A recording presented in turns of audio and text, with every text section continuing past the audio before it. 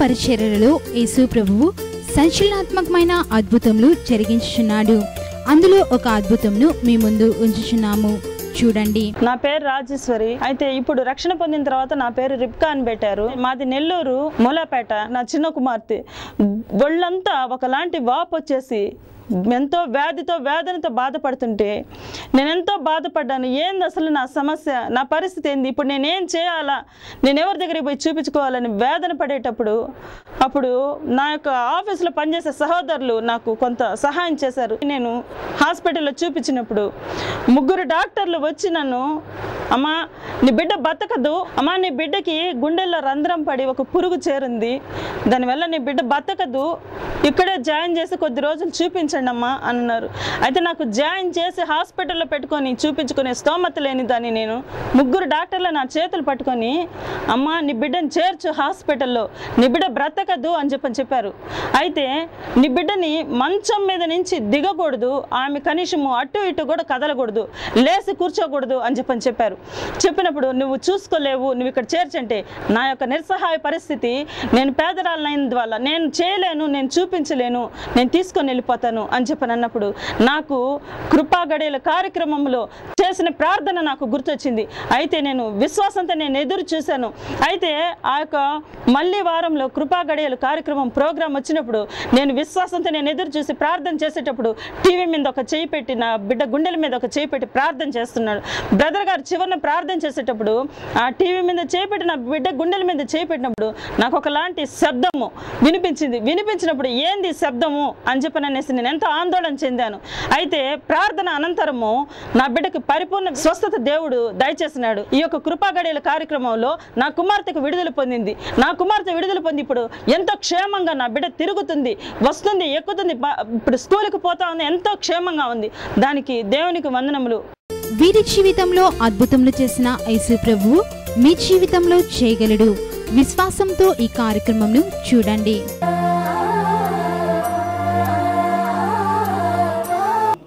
ప్రియ దేవుని బిడ్డలారా, సర్వలోక పాప పరిహారార్థమై వధించబడినటువంటి గొర్రెపిల్లగా మారినటువంటి మన దేవుడు యేసుక్రీస్తు నామమందు మీకందరికీ ప్రేమపూర్వకమైన వందనాలు తెలియజేస్తున్నాను. దేవుని ప్రియ బిడ్డలారా, యావత్ క్రైస్తవ ప్రపంచం సిలువ శ్రమల ధ్యానం గుండా వెళుతుండగా ప్రతి ఆలయములో ప్రతి విశ్వాసి యేసుప్రభు యొక్క సిలువను ధ్యానించేటువంటి ఈ దినాలలో సిలువ వార్తను మీకు అందించాలని, సిలువ శ్రమలను గురించినటువంటి సందేశాలు అందించాలని, అంతేకాదు సిలువ వద్ద యేసును గురించి మీతో మాట్లాడాలని ప్రభు పేరుతో కోరుతున్నా. ఈ దినపు సందేశముగా సిలువ కొద్ది దినములు ఉంది అనగా యేసయ్య ఏ విధంగా ప్రవర్తించాడు, యేసు ప్రభువులో ఉన్న దాగినటువంటి అమూల్యమైన కొలవలేనటువంటి ఆ యొక్క శక్తులేంటి, కొద్దిసేపు మనం ధ్యానించడం ప్రారంభిస్తాం. బైబిల్లో గమనిస్తే మత్తయి సువార్త 26వ అధ్యాయం 39వ వచనంలో ఈ విధంగా కనిపిస్తుంది. కొంత దూరము వెళ్ళి సాగిలపడి, నా తండ్రి సాధ్యమైతే ఈ గిన్నె నా యొద్ద నుండి తొలగిపోనిమ్ము, అయినాను నా ఇష్ట ప్రకారము కాదు నీ చిత్త ప్రకారమే కానిమ్మని ప్రార్థించాను. పరిశుద్ధ దేవుని గ్రంథాన్ని బట్టి దేవునికి వందనాలు చెల్లిద్దాం. దేవుని ప్రియ బిడ్డలారా, యేసుక్రీస్తు ప్రభు తానప్పగించబడినటువంటి రాత్రి ఆ యొక్క ప్రభు భోజన కార్యక్రమం అయిపోయిన తర్వాత ఆ రాత్రి గెత్సేమనే తోట చేరుకున్నాడు. రాతివేత దూరం వెళ్ళాడు. శిష్యుల నుండి రాతివేత దూరం వెళ్ళి ఆ యొక్క రాతి దగ్గర సాగిలపడి ప్రార్థన చేయడం ప్రారంభించాడు. నా తండ్రి అనడం ప్రారంభించాడు. ప్రియ దేవుని బిడ్డలారా, శ్రమలు సమీపిస్తుండగా ఎవరు కూడా దేవుణ్ణి సొంతంగా భావించలేరండి. శ్రమలు సమీపిస్తుండగా ఎవరు కూడా దేవుణ్ణి తులనాడే వారిని చూస్తాము. దేవుడు ఎక్కడున్నాడు అనేటువంటి వారిని చూస్తాం. దేవాన్ని ఉన్నావా అనేటువంటి వారిని చూస్తాం. ఈ విధంగా మాట్లాడే వారిని చూస్తాం. కానీ అంత శ్రమలు సమీపించేటువంటి వేళలో కూడా నా తండ్రి అని సంబోధించడంలో ఆ ప్రభుకు తండ్రి అయిన దేవునికి ఉండేటువంటి అన్యోన్యత ఎంత గొప్పది. ఆ శ్రమల సామీప్యత దగ్గర దట్టంగా శ్రమలు ఆవరిస్తుండగా దేవా నీవెక్కడున్నావు అని కేక వేయలేదు. అయితే నా తండ్రి అని సంబోధిస్తూ సాధ్యమైతే నిశ్చితమైతే ఈ గిన్నె నా యొద్ద నుండి తొలగించమన్నాడు. ఎప్పుడు తన దేవుణ్ణి తన సొంత తండ్రిగానే భావించాడు. ప్రభు నేర్పిన ప్రార్థనలో యేసయ్య చెబుతూ పరలోకమందున్న మా తండ్రి అన్నాడు. ప్రభు మనకు నేర్పిన ప్రార్థనలో ఆ యొక్క తండ్రి అయిన దేవుడు మనకు తండ్రి అంటున్నాడు.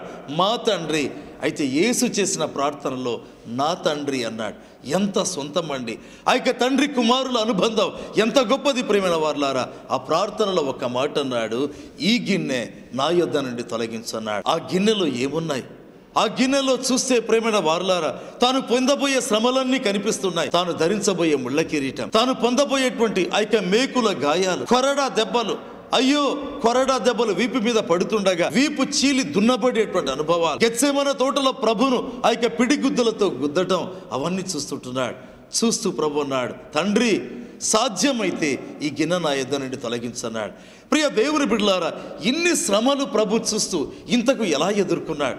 ఇక శ్రమలను ఎలా సంధించగలిగాడు? శ్రమల దగ్గరికి ఎలా పోగలిగాడు? ఎందుకంత ధైర్యంగా గెత్సేమనే తోటలో మీరు వెదకుచున్నది నేనే అయితే అని తను అప్పగించుకున్నాడు? ప్రేమైన వారలారా, కారణం చెప్పమంటారా? దేవుని గ్రంథంలో గమనిస్తే కలువరి కొండ ప్రభు యేసు ఎక్కక ముందు, సిలువల 3 మేకుల మీద ప్రభు వేలాడక ముందు, మత్తయి సువార్త 24:3 చెబుతుంది, ఆయన ఒలీవల కొండ మీదకి వెళ్ళినట్లుగా వ్రాయబడింది. ఆయన ఒలీవల కొండ మీదకి వెళ్ళి కూర్చున్నాడు. ప్రేమైన వారలారా, ఒలీవల కొండ మీద నుంచి కలువరి కొండని ఎదుర్కొన్నాడండి. ఏంటి ఒలీవల కొండ అనుభవం? ప్రియ దేవుని బిడ్డలారా, నీ జీవితంలో నా జీవితంలో భయంకరమైన శ్రమలను ఏ విధంగా ఎదుర్కోగలం? భయంకరమైన కష్టాలలో కృంగిపోకుండా ఏ విధంగా నిలదొక్కుకోగలం? ప్రభు యేసు నేర్పిస్తాడు ఆ పాఠాలండి.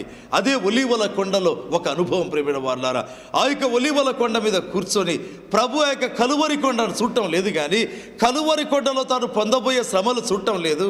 ఆ యొక్క కలువరి కొండలో తాను ధరించబోయేటువంటి ఆ యొక్క ముళ్ళ కిరీటం, ఆ యొక్క చేతులలో మేకులు, ఇవి చూడటం లేదు. దాని తర్వాత ఉండే ఆ యొక్క మహిమకరమైనటువంటి అనుభవాన్ని చూడటం ప్రారంభించాడు. దేవుని వాక్యంలో గమనిస్తే మత్తయి సువార్త 24వ అధ్యాయం 30వ వచనంలో యేసుక్రీస్తు ఆ ఒలీవల కొండ నుంచి ఏం చూశాడు? వాక్యంలో గమనిస్తే, అప్పుడు మనుష్య కుమారుని సూచన ఆకాశమందు కనపడును. అప్పుడు మనుష్య కుమారుడు ప్రభావముతోను మహామహిమతోను ఆకాశ మేఘారుడై వచ్చుట చూచి అని చెప్పడం ప్రారంభించాడు. ప్రభువా, మీరేం చూస్తుంటున్నారు? ఆ యొక్క కలువరి కొండలో మీరు పొందబోయే శ్రమలా? కాదండి. దాని తరువాత 2వ రాకడలో ప్రభు వస్తాడు. మహాప్రభావముతో వచ్చేటువంటి ఆ యొక్క దినాన్ని చూడడం ప్రారంభించాడు. గొప్పదైన మహిమతో తను దిగి వస్తాడే, అది చూడడం ప్రారంభించాడు. ప్రియ దేవుని బిడ్డలారా, తన తండ్రి మహిమతో వస్తాడు కదా, అది చూడడం ప్రారంభించాడు. ఓ వేవేల దేవదూతల పరివారంతో వస్తాడు కదా, అది చూడడం ప్రారంభించాడు. ఏంటి దాని యొక్క అర్థం? ఎప్పుడైతే తాను పొందబోయేటువంటి ఆ గొప్ప మహిమ ప్రభు చూచాడు, ఆ సిలువను ఎదుర్కొనేదానికి ధైర్యంగా వెళ్ళటం ప్రారంభించాడు. ఆ సిలువ శ్రమలను ఎదుర్కొనేదానికి ఎంతో హుందాగా, ధైర్యంగా ఆ రాత్రి ఆ యొక్క ప్రార్థన తర్వాత గెత్సేమనే తోటలో తన్ను తాను ఆ యొక్క సైనికులకు అప్పగించుకున్నాడు.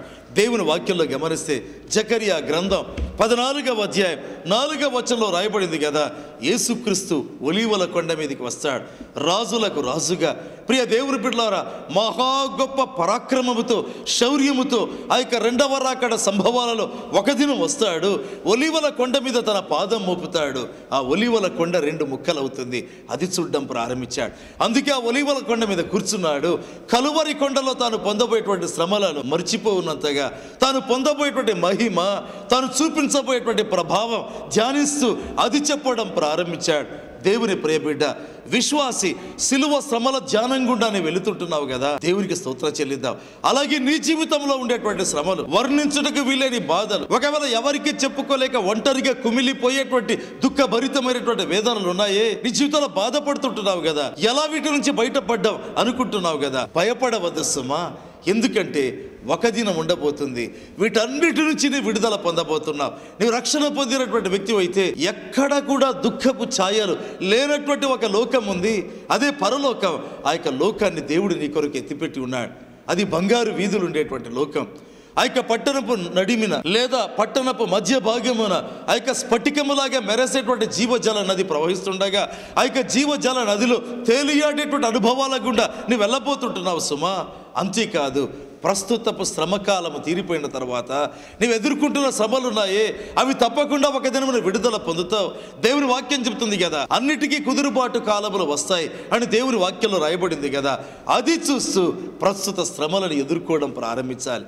ప్రియ దేవుని బిడ్డలారా, యేసయ్య అతి భయంకరమైన శ్రమలను ఎలా ఎదుర్కోవాలి ఒక డెమాన్స్ట్రేషన్ ఇచ్చాడా, అంటే తాను ఏ విధంగా ఎదుర్కొనేది చేసి చూపించాడా అనేటువంటి ఆ యొక్క అనుభవాన్ని అక్కడ మనం చూడగలుగుతున్నాం.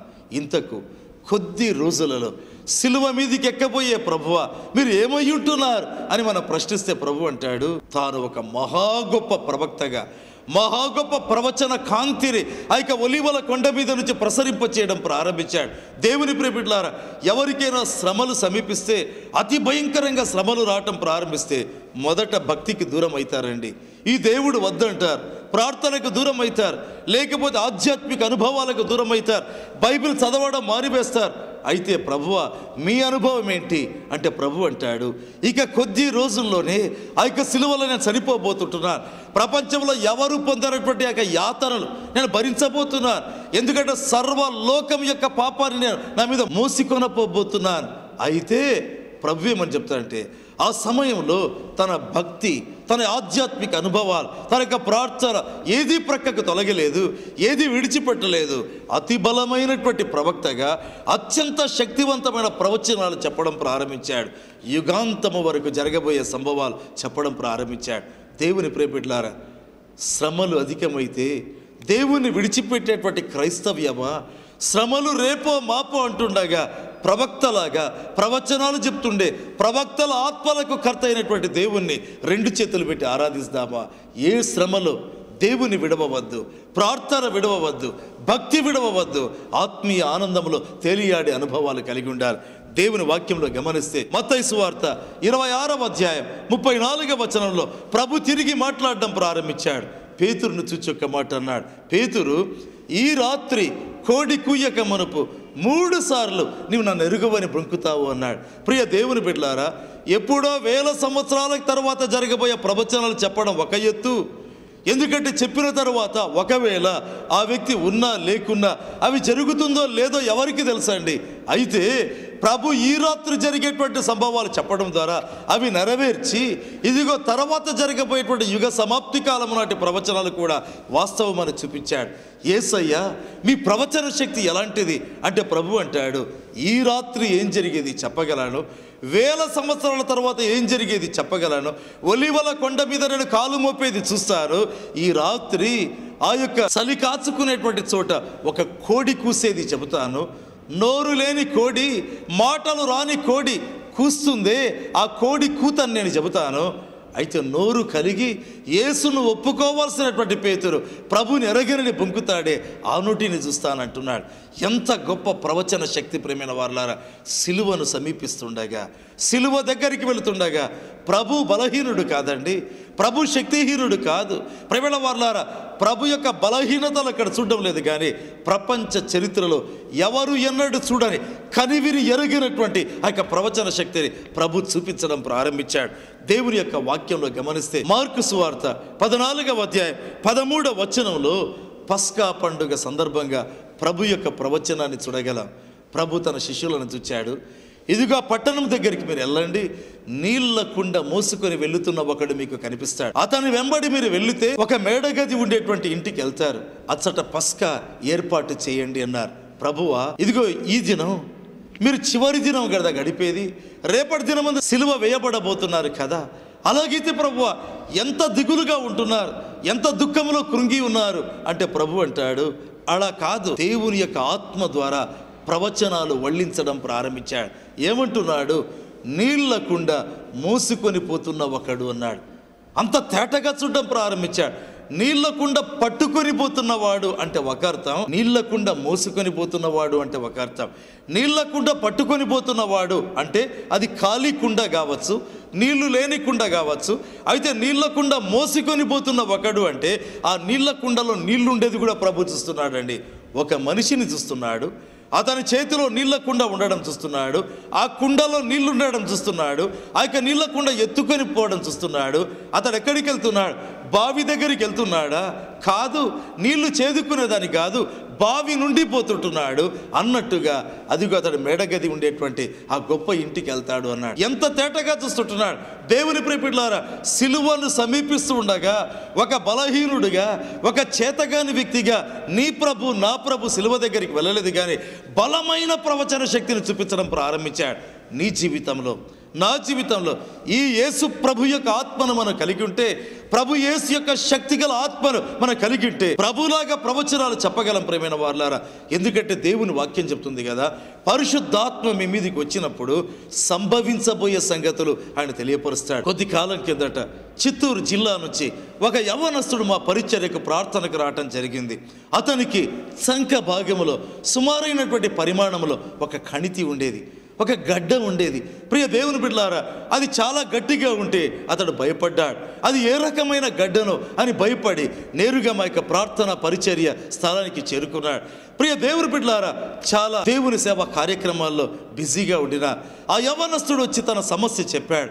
అప్పుడు నేను అతని తల మీద చేతులుంచి ప్రార్థన చేయడం ప్రారంభించాను. ప్రార్థిస్తూ ఉండగా పరిశుద్ధాత్మ దేవుడు నా నోట నుంచి మాట్లాడడం ప్రారంభించాడు. ఏంటంటే, బాబు, తిరిగి నీ ప్రాంతానికి నీ వెళ్ళిపో, 10 దినముల తరువాత ఈ సమస్య నీకుండదు అని చెప్పి ప్రభు యొక్క కృపలో చెప్పడం జరిగింది. ప్రియ దేవుని బిడ్డలారా, ఆ యవ్వనస్తుడు సంతోషించాడు. తన యొక్క ప్రాంతానికి వెళ్ళిపోయి ప్రతిరోజు స్నానం చేసే సమయంలో ఆ యొక్క భాగాన్ని పరీక్షించి చూసేటువంటి వాడు.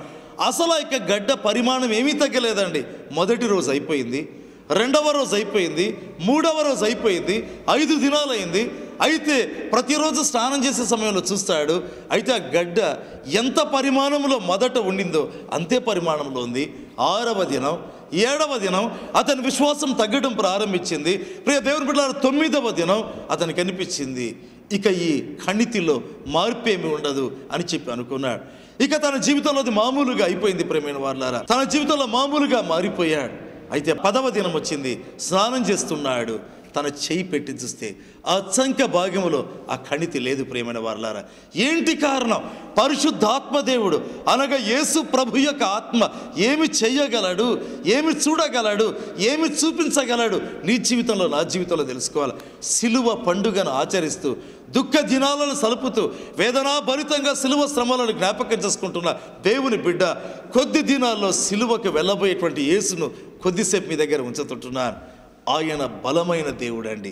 ఆయన బలమైన ప్రవక్త. ప్రేమైన వారులారా, ప్రవక్త మాత్రమే కాదు, దేవుని వాక్యంలో రాయబడింది కదా, ప్రవక్తల ఆత్మలకు కర్త అయిన దేవుడు. అబ్రహాం అయినా, యాకోబైనా, ఇస్సాకైనా, మోషే అయినా, సమూయేలైనా, అగబు అనే ప్రవక్త అయినా, ఎవరినైనా వారి ఆత్మలను ప్రేరేపించినటువంటి వాడు యేసు ప్రభు. ప్రేమైన వారులారా, అందుకే ఆయన ప్రవక్తల ఆత్మలకు కర్త అయినటువంటి దేవుడు. ఆయనకే స్తుతి, మహిమ, ఘనతలు కలుగునుగాక. దేవుని ప్రేమిట్లారా, దేవుని వాక్యాలు చూస్తే 1000 సంవత్సరాల తర్వాత జరగబోయే సంభవాలు తన యొక్క దివ్య దృష్టితో చెప్పడం ప్రారంభించాడు. ఆ రాత్రి కోడి కుయ్యక మునుపు ఏం జరిగేది చెప్పడం ప్రారంభించాడు. ఆ పగలు ఇదిగో శిష్యులు వెళుతుండగా నీళ్ల కుండ మోసుకొని పోయేటువంటి వాడు కుండ మొదలుకొని చూడడం ప్రారంభించాడు. కుండతో సహా చూడడం ప్రారంభించాడు. అద్భుతమైనటువంటి దేవుడు, అద్భుతమైన శక్తి గల దేవుడు. దేవుని వాక్యంలో గమనిస్తే మార్కు సువార్త 13వ అధ్యాయం 23వ వచనంలో ప్రభు మాట్లాడుతున్నాడు, ఇదిగో సమస్తమును మీతో ముందుగానే చెప్పి తిని. దేవునికి 2 చేతులు జోడించి వందనాలు చెల్లిద్దామా? ఎవరు ఈ మాట చెప్పగలరండి? ఇదిగో సమస్తమును మీతో ముందుగానే చెప్పి తిని. ఇది సాధ్యమా? ఎవరైనా ప్రవచించగలరు, కొద్దిగా ప్రవచించగలరండి.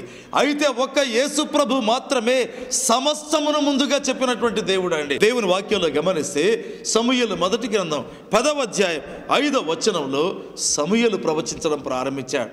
సౌలును చూచి అన్నాడు, ఇదిగో నీవు వెళుతుండగా దేవుని కొండ దగ్గరికి వెళ్తావు. అక్కడికి వెళుతుండగా అదిగో ప్రవక్తల గుంపు రావటం ప్రారంభిస్తారు. వారు వస్తూ ప్రకటన చేస్తూ వస్తారు. అప్పుడు పరిశుద్ధాత్మ నీ మీదికి వస్తాడు. అప్పుడు వారితో నీవు కలిసి ప్రకటన చేస్తుండగా నీకు కొత్త మనసు కలుగుతుంది. ఇంతవరకు ప్రవచించాడండి. ఆ పిదప ఏమన్నాడంటే, తరువాత నీకు ఏ విధంగా నడుపుదల ఉంటే ఆ విధంగా చేయమన్నాడు. కొద్దిగా ప్రవచించాడు. ఆ పిదప జరగబోయే సంభవాలు ప్రవచించకుండా అక్కడికి ఆగిపోయాడండి. సమూయేలు మామూలు ప్రవక్త కాదండి. బైబిల్ గ్రంథంలో కనిపించేటువంటి మహా గొప్ప ప్రవక్తలలో సమూయేలు ఒకడండి. చెప్పాలంటే మోషే పెద్దవాడైన తర్వాత ప్రవక్త అయ్యాడు. అయితే సమూయేలు బాల్యము నుండి ప్రవక్త అండి. అంతటి అద్భుతమైన ప్రవచన అనుభవాలు కలిగిన సమూయేలు అంటాడు కదా, ఇదిగో కొద్ది వరకు ప్రవచించాడు, ఆపిదప ప్రవచించలేకపోయాడు. అయితే యేసు అన్నాడు, ఇదిగో సమస్తమును మీతో ముందుగానే చెప్పి తిని. ప్రవక్తలకు దేవుడైనటువంటి యేసు ప్రభు స్తుతింపబడుగాక. ప్రవక్తలకు ప్రభు అయినటువంటి మన దేవుడు స్తుతింపబడుగాక. కొరింథీయులకు రాసిన మొదటి పత్రిక 13వ అధ్యాయం 9వ వచనంలో రాయబడింది, మనము కొంత మట్టుకు ఎరుగుదుము, కొంత మట్టుకు ప్రవచిస్తున్నాం. ఈ లోకంలో ఉండే ప్రతి దైవ సేవకుడు ఆత్మచేత నింపబడి ప్రవచన వరము కలిగి ఉంటే ప్రవచిస్తారండి. అయితే కొంత మట్టుకు ఎరుగుతారు, కొంత మట్టుకు ప్రవచిస్తారు. అయితే ఒక్క యేసు ప్రభు అన్నాడు, సమస్తము మీతో ముందుగానే చెప్పి తిని. హల్లెలూయా. సిలువ పండుగను ఆచరించేదానికి సిద్ధమవుతున్న దేవుని బిడ్డ, సిలువ పండుగకు ముందుగా లేదా సిలువ శ్రమల దినానికి ముందుగా యేసు ఎవరో మీ దగ్గర ఉంచాలని కోరుతున్నాను. దేవుని వాక్యంలో గమనిస్తే ద్వితీయోపదేశ కాండం 29వ అధ్యాయం 29వ వచనంలో రాయబడింది, రహస్యములు మన దేవుడైన యెహోవాకు చెందును, అయితే బయలుపరచబడినవి మనవి. మళ్ళీ దేవునికి స్తోత్రం చెల్లిద్దామా? ఈ లోకములో సేవకులు అనబడిన వారు ఉన్నారు, ప్రవక్తలు లాంటి వారు ఉన్నారు, ప్రవక్తలు నిజంగా ఉంటున్నారు, పరిశుద్ధాత్మ పూర్ణులు ఉన్నారు, దేవుని చేత వాడబడేవారు ఉన్నారు. నన్ను కూడా దేవుడు వాడుకున్నాడు, వాడుకుంటున్నాడు. అయితే మేము కొంత మట్టుకు ఎరిగిన వారం, మాకు తెలియనివి చాలా ఉన్నాయండి, రహస్యములు ఉంటున్నాయి. ప్రేమైన వారులారా, బైబిల్ చెప్తుంది రహస్యములు దేవునికి చెందుతాయి, బయలుపరచబడినవి మాత్రమే మావి, మనవి, మీవి. ప్రేమైన వారులారా, దేవుడు నిజంగా గొప్పవాడు. యేసుప్రభు సర్వోన్నతుడు, యేసుప్రభు సర్వశక్తి మంతుడు. ప్రేమైన వారులారా, దేవునికి కృతజ్ఞతాస్తుతి ఆరాధన చెల్లించడం ప్రారంభిస్తాం. లూకా సువార్త 19వ అధ్యాయం 41వ వచనంలో గమనిస్తే దేవుని వాక్యంలో రాయబడింది, యేసుక్రీస్తు పట్టణాన్ని సమీపించాడు. పట్టణమునకు సమీపించినప్పుడు పట్టణాన్ని చూచాడు, ఏడవడం ప్రారంభించాడు. ప్రియ దేవుని బిడ్డలారా, పట్టణమును చూచి ఎంత అందమైన పట్టణం అనలేదు, అయితే ఏడవడం ప్రారంభించాడు. అయ్యో, ఈ పట్టణంలో రాతి మీద రాయి ఉండని దినాలు రాబోతున్నాయి అన్నాడు. ప్రభువా, పట్టణం సమీపించినవేం చూస్తున్నావు? ఒక దినాన్ని చూస్తున్నాను, పట్టణం మీద రాయి ఉండదు అన్నాడు. ఇప్పుడు రాయి మీద రాయి ఉంది, అప్పుడు ఉండదు అన్నాడు. ప్రభు ఏం చూస్తున్నాడు? ఒక మనిషిని చూచాడు, ఒక కోడిని చూచాడు, ఒక కుండను చూచాడు, కుండలో నీళ్లున్నాయా లేదా చూచాడు. ప్రియ దేవుని బిడ్డలారా, దేవుని విశ్వాసులారా, ఇక్కడ మనం గమనిస్తే ఒక పట్టణాన్ని చూస్తుంటున్నాడు. ఆ యొక్క ఒలీవల కొండ మీద చేసిన ప్రసంగంలో యావత్ ప్రపంచాన్ని యుగ సమాప్తి వరకు చూచాడు. ఎవరండి ప్రభు? సర్వశక్తి కలిగిన దేవుడు అంటున్నాడు, సర్వాధికారి అయినటువంటి దేవుడు అంటున్నాడు. ఆ పట్టణమునకు సమీపించి ఏడవడం ప్రారంభించాడు. అయ్యో, ఈ పట్టణం గతి ఏం కాబోతుంది? ఏంటి కారణం? బైబిల్లో గమనిస్తే లూకా సువార్త 19వ అధ్యాయం 43వ వచనంలో రాయబడింది కదా, ప్రభువు నిన్ను దర్శించిన కాలం నీవు ఎరుగకుంటివి అని వ్రాయబడింది. అందుకే నీ మీద రాయి లేకుండా పోతుంది అని ప్రభు ప్రవచించడం ప్రారంభించాడు. ప్రియ దేవుని బిడ్డలారా, సర్వలోక రక్షణార్థమై ఈ లోకములోనికి వచ్చినటువంటి యేసుక్రీస్తు దేవుడు నరుడిగా మారాడే, అది కూడా దాసుని రూపాన్ని ధరించుకున్నాడే, అది కూడా అత్యంత భయానకమైన శాపగ్రస్తమైనటువంటి మరణం అని ఆ దినాల్లో పిలువబడుతుంది. ఆ సిలువ మరణాన్ని ధరించాడే. ప్రతి రాజు రాజమకుటం ధరిస్తే ఈ యూదులకు రాజు ముళ్ళ కిరీటం ధరించాడే, నీ పాపముల కొరకు, నా పాపముల కొరకు. ఇది అంగీకరించకపోతే ప్రియ దేవుని బిడ్డలారా, సిలువ శ్రమలను గురించి నీవు నేను ఏడవడం కాదు, అలా అంగీకరించని వారు చూసి ప్రభు ఏడ్చాడు. ప్రభు అన్నాడు, ఆ పట్టణాన్ని చూసి ఏడవడం ప్రారంభించాడు. నీ వద్దకు వచ్చినటువంటి యేసుక్రీస్తును కాదన్నావే అని చెప్పి ప్రభు ఏడవడం ప్రారంభించాడు. నిజముగా సర్వలోక రక్షణార్థమై ఈ లోకములోనికి అరుదించినటువంటి యేసుక్రీస్తును కాదంటే, ఆ రక్షణను కాదంటే, ప్రియ దేవుని బిడ్డలారా, నిజంగా మన జీవితంలో ఉనికి అనేది ఉండకుండా పోతుందండి. యెరూషలేము పట్టణం యొక్క ఉనికి ప్రభు ప్రవచనాత్మకంగా పలికినప్పుడు, ఆయన పలికిన కొద్ది సంవత్సరాలకు ఆ యొక్క పట్టణం మీద దాడి జరిగి శత్రువులు ముట్టడి వేసి ఆ యొక్క పట్టణాన్ని ఈడ్చి, ప్రేమైన వారలారా, ఆ పట్టణం లేకుండా పోయింది, కాలగర్భంలో కలిసిపోయింది. ఆ పిదప తిరిగి కొన్ని కారణాల వల్ల చరిత్రలో ఆ పట్టణం నిలిచింది అండి. దేవుడి దినాన మాట్లాడుతున్నాడు, నీవు రక్షణ పొంది ఉన్నావా? ఈ రక్షణను కాదంటే, దేవుని వాక్యంలో రాయబడింది కదా, ఇంత గొప్ప రక్షణను నిర్లక్ష్యం చేస్తే ఎలాగూ తప్పించుకుంటావు?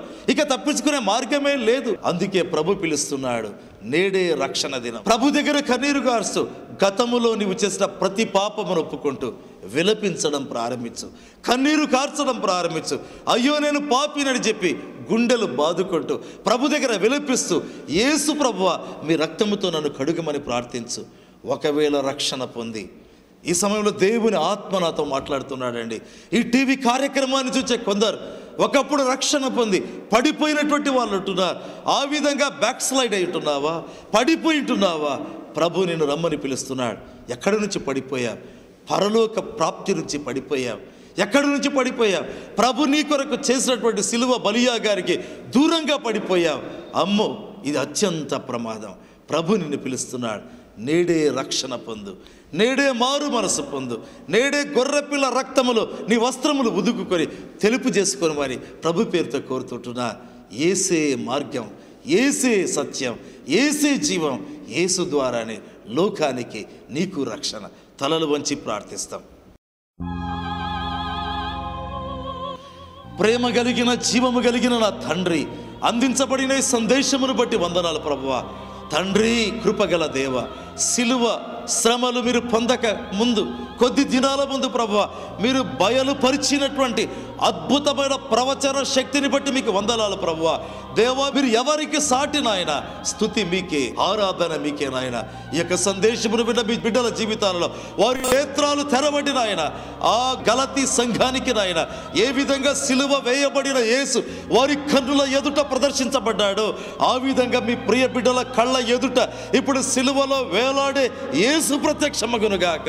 కారుస్తున్న రక్తముతో నాయన ఆ యొక్క గాయములతో నా ప్రభు వారి ఎదుట ఇప్పుడే ప్రత్యక్షమగునుగాక. రక్షణ పొందిన జీవితాల్లో మీ కార్యము జరిగించండి. మీ రక్తము నాయన వారి మీదికి వచ్చి ప్రభువా వారి తన యొక్క రక్తము ద్వారా కడగబడినట్లుగా చేయండి. పరిశుద్ధాత్మ ద్వారా పాపమును గురించి, నీతిని గురించి, తీర్పును గురించి ఒప్పింప చేయమని అడుగుతుంటున్నా. సహాయం చేయండి, సహాయం చేయండి, సహాయం చేయండి. పడిపోయినటువంటి విశ్వాసులను తిరిగి లేపండి దేవా, తిరిగి లేపండి, తిరిగి లేపండి. పరిశుద్ధ జీవితం ప్రతి ఒక్కరికి ప్రసాదించండి. అపవిత్రమైనవి చూడకుండా చేయకుండా కాపాడుమని ప్రార్థన చేస్తున్నా.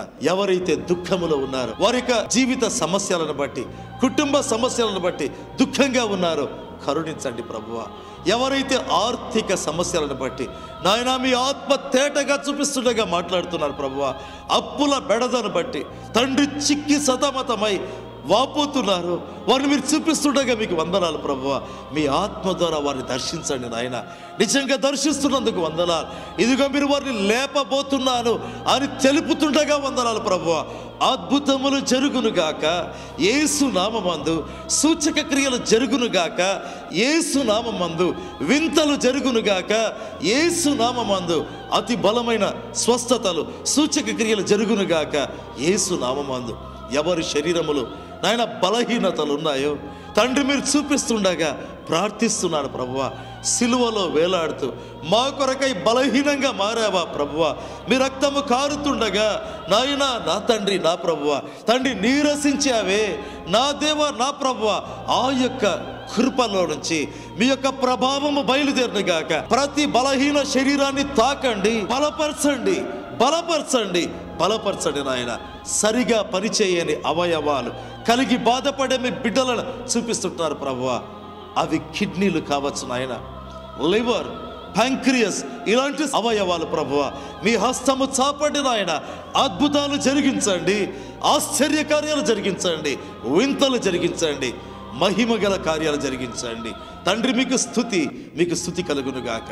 పబ్లిక్ పరీక్షలు రాస్తున్న ప్రతి ఒక్కరికి మీరు ఇచ్చిన సహాయమును బట్టి వందనాలు ప్రభువా. తండ్రి రాయబోతున్నటువంటి వారిని దీవించి జయము జయము జయము అనుగ్రహించండి ప్రభువా.